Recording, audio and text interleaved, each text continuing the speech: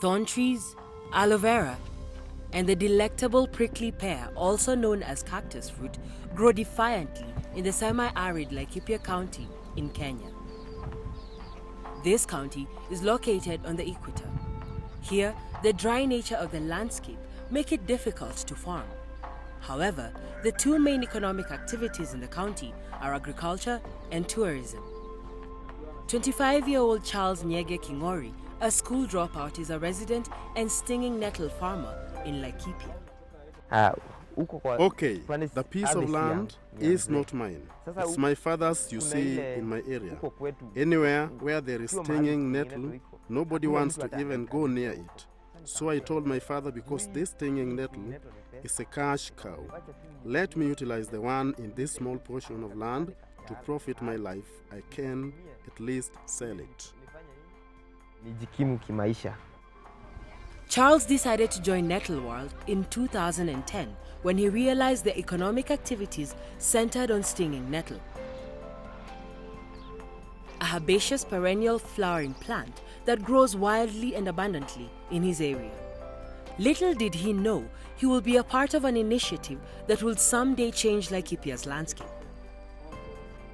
Nettle World was one of 12 community-based organizations that received funding for a pilot initiative spearheaded by the UN's Food and Agriculture Organization.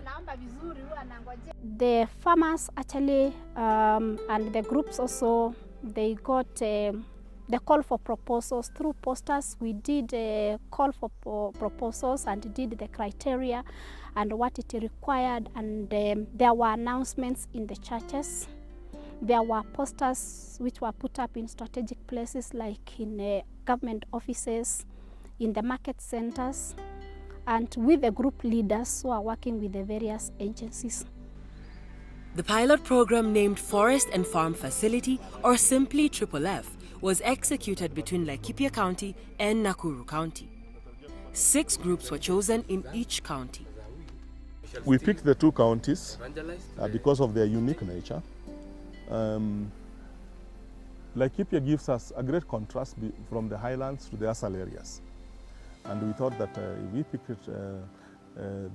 those 2 counties, and that also gives you a profile on the poverty levels and all that, that's exactly what we are looking at.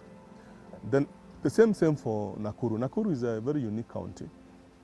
It gives you a good profile from the highlands to also to the asal areas. Yeah, Nakuru has very dry parts, you know, and very also very wet parts. So we thought that will give us a very good profile, especially on development in the farmlands and also development within the drylands.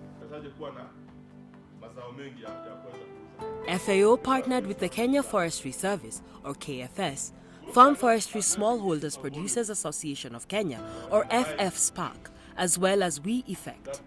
This partnership stemmed from a KFS proposal to the Food and Agricultural Organization. Some groups are doing outreach. Within this framework, KFS has a role in strengthening what we call as the platforms for farmers. And this implies that we are looking at the emerging associations that farmers are forming across the counties, the 2 counties of Nakuru and Laikipia, so that we strengthen their capacities to be able to negotiate for markets, to be able to negotiate for advocacy for policy and all those issues.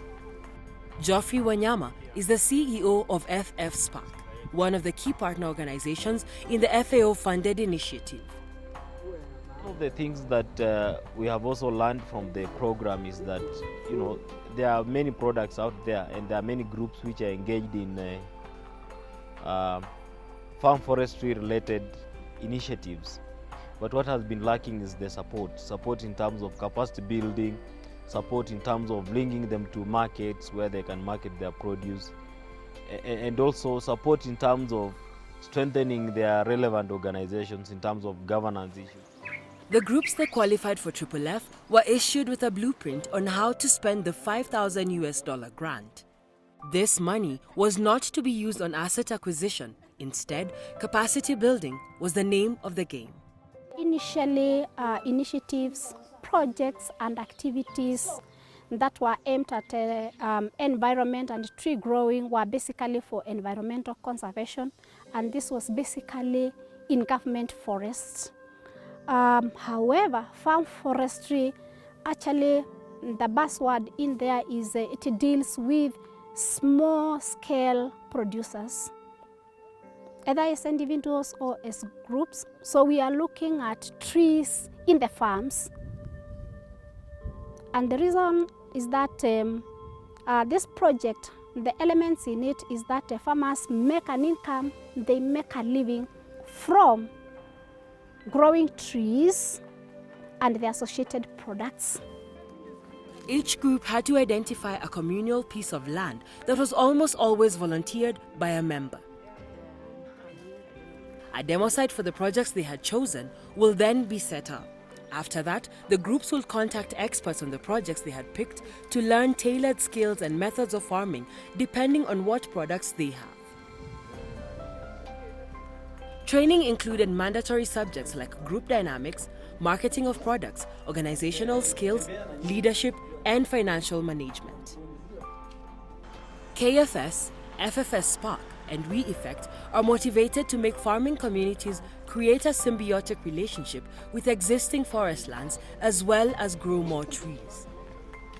Nimekuwa na ile interest ya environment.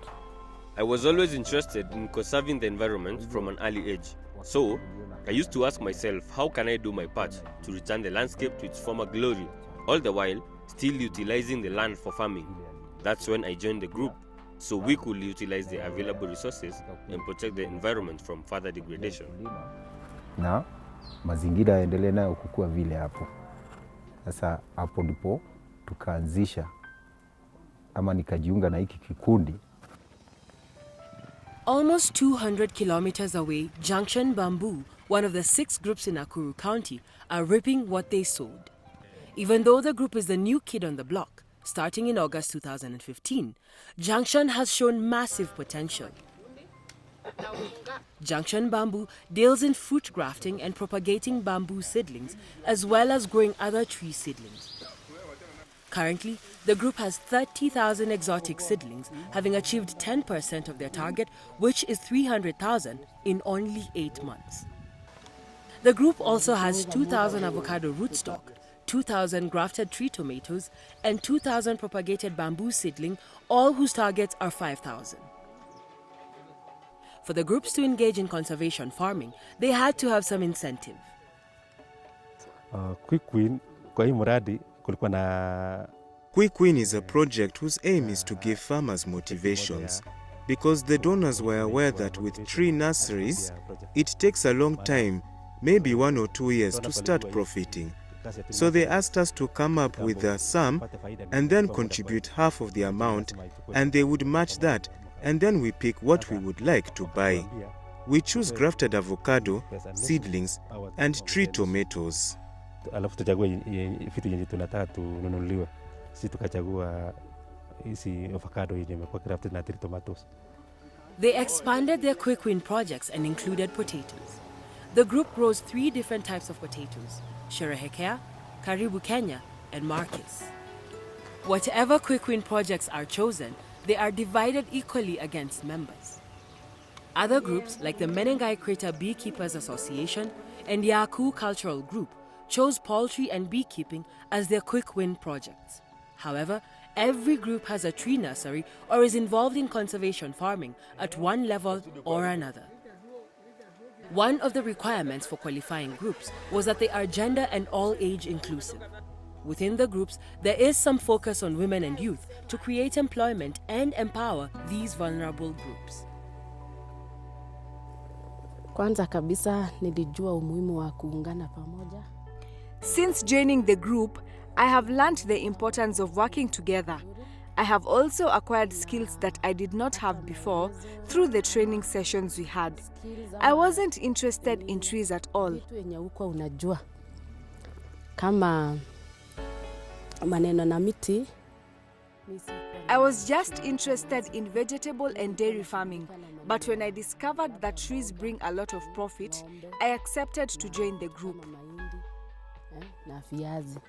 Lakini nilipokuja kugundua kwamba miti iko na faida mingi, mimi nikakubali nikajiunga na hiki kikundi.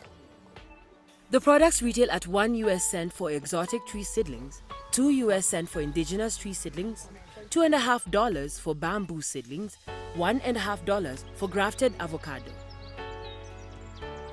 Forests in Kenya cover almost 7% of the country's land, and they are home to 70% of Kenya's land animals. But faced with a growing population, expanding cities, infrastructure, and agriculture, Kenya's forests have been steadily degraded at the expense of economic development. Back in Laikipia, Nettle World, freshly certified by the Kenya Organic Association Network, is branching into cultivating sandalwood seedlings. Gawaji kwa huu mti nao changamoto kuna ile ambayo imesimama vizuri sana. The challenge is that the government is really protective of the sandalwood tree, and they have issued a ban that you cannot go log these trees from the forest as they are endangered. Huwezi enda kukata ile iko pale kichakani ukaitumia kwa sababu zinaisha. Sasa wakati sisi tunatafuta.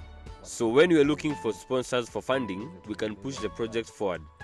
When you mention that you deal in sandalwood, most people don't want to get involved. Kidogo hataki kuhusika sana kwa sababu anajua kuna sheria ambayo inasema usiuze huu mti. Na kwa sababu ile sheria haijaeleweka vizuri. Sasa ile ni changamoto ambayo moja tunapata sababu tungetaka kukuza kwa wingi sana. Na sasa kwa kikundi ule uwezo wa kukuza kwa wingi hatujaufikia. Tunataka washikadau wengine. Nettle World's progress since the Triple F initiative started stands tall in the blistering Laikipia heat. They built this drying shed to increase their stinging nettle output. From the 100 kilograms they used to sell, now they can produce 300 kilograms of dried nettle. A kilo retails for between $4 and $6. After drying, they grind the leaves into powder and package it for sale. They use almost all parts of the plant, with the powder from the roots costing more. 50 grams of ground leaves cost half $1, while 100 grams retail for $1 and 250 grams $2. The root powder retails at $2 for 60 grams and $5 for the 120-gram package. Traditionally used as a vegetable, the group decided to harness the plant's healing properties and capitalize on its many health benefits, all the while creating employment for the local community. Hatuwezi gawanya kila mtu kazi yake. Sasa venye hawa youth wanafanya, uanga tunawalipa. Wanafanya hiyo kibarua. Ndio wanaleta. Ni wakikundi bado lakini tunawalipa. Wakati hawako karibu, tuseme labda kuna shughuli nyingi za kikundi na kuna ile kulimia huko na labda unajua ikikua uanga tunaikata. Sasa wakati huo tuko na shughuli mingi za kikundi, uanga tunaajiri wengine. Tunawaambia kujeni fanyeni hiyo kazi, wanalipisha, tunawalipa. 8 months and a few evaluations down the line, the key partners, KFS, FFS Spark and WeEffect, visit the groups for the final evaluation. Faith Mutuko is here on behalf of WeEffect. For her, the program was a huge success. Because most of the trainings were more on practical trainings where members learn as they see. So one achievement could be in terms of enhancing the leaders, the members' skills on what they are doing. We've seen a lot of improvement on leadership and governance issues. We've done an evaluation of the groups, and some groups could realize we brought on board leaders who cannot take us far, and they did other elections and identified other leaders. So that is one of the achievements. Their financial management skills has been enhanced. Some could not even keep records, but we've seen groups who have now records, financial records. They are involving members when it comes to procurement, and they report to them on what is happening, and a lot of transparency on the groups. Even though the program has come to an end as far as funding goes, for the groups and the partners, theirs is a bond created for the greater good. The agriculture sector sustains the livelihoods of millions of smallholder families and is at the center of national policies to alleviate rural poverty. This need for land for agriculture is also the main driver of deforestation and land degradation. If the Triple F initiative is anything to go by, It looks as though the question of two opposing forces, that is, man's need for land for farming and development, and the earth's need for a balanced ecosystem, can finally be joined in a marriage of convenience, and we just might live happily ever after.